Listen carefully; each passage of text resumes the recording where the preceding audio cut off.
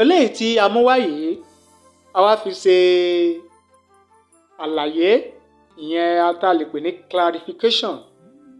fún ẹ̀yin tẹ́ ń gbọ́ wa tẹ̀dẹ̀ ń wò wá ní àti ìbéèrè tí àwọn kan nínú àwọn olólùfẹ́ wa tí wọ́n ń bi wá léèrè lórí fídíò tí màmá Jaiye Kuti tó fi sọ̀rọ̀ sí àwọn àgbààgbà òṣèré kan tí wọ́n ń béèrè fún ìrànlọ́wọ́ lórí ẹ̀rọ ayélujára. A ti sọ oríṣiríṣi ọ̀rọ̀ nípa ọ̀rọ̀ tí màmá Jaiye Kuti tó sọ nínú fídíò kan tó ṣe jáde. Ṣùgbọ́n àwọn èèyàn wá ń bi wá pé àwọn ti gbọ́ pé Yomi FABIYI tó náà jẹ́ ọ̀kan lára àwọn òṣèrékùnrin nílẹ̀ Yorùbá pé ó ti sọ̀rọ̀, ó ti fún màmá Jaiye Kuti lésì. Àní bẹ́ẹ̀ ni, bẹ́ẹ̀ làwọn kan bi wá pé àwọn gbọ́ pé Iyabo Ojo ó ti sọ̀rọ̀ lórí fídíò tí màmá Jaiye Kuti tó ṣe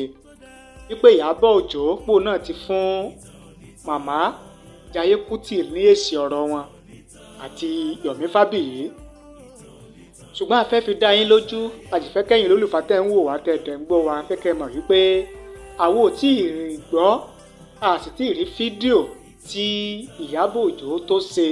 láti fi dá màmá Jaiye Kuti lóhùn èsì ọ̀rọ̀ fídíò tí wọ́n ṣe jáde tàbí Yomi FABIYI, èyí tó túmọ̀ sí pé Iyabo Ojo kò tí ì sọ nǹkan kan, kò tí ì ṣe fídíò lórí ọ̀rọ̀ tó ń lọ yẹn. Ohun tó jẹ́ kí á mú eléyìí wá ó ní pé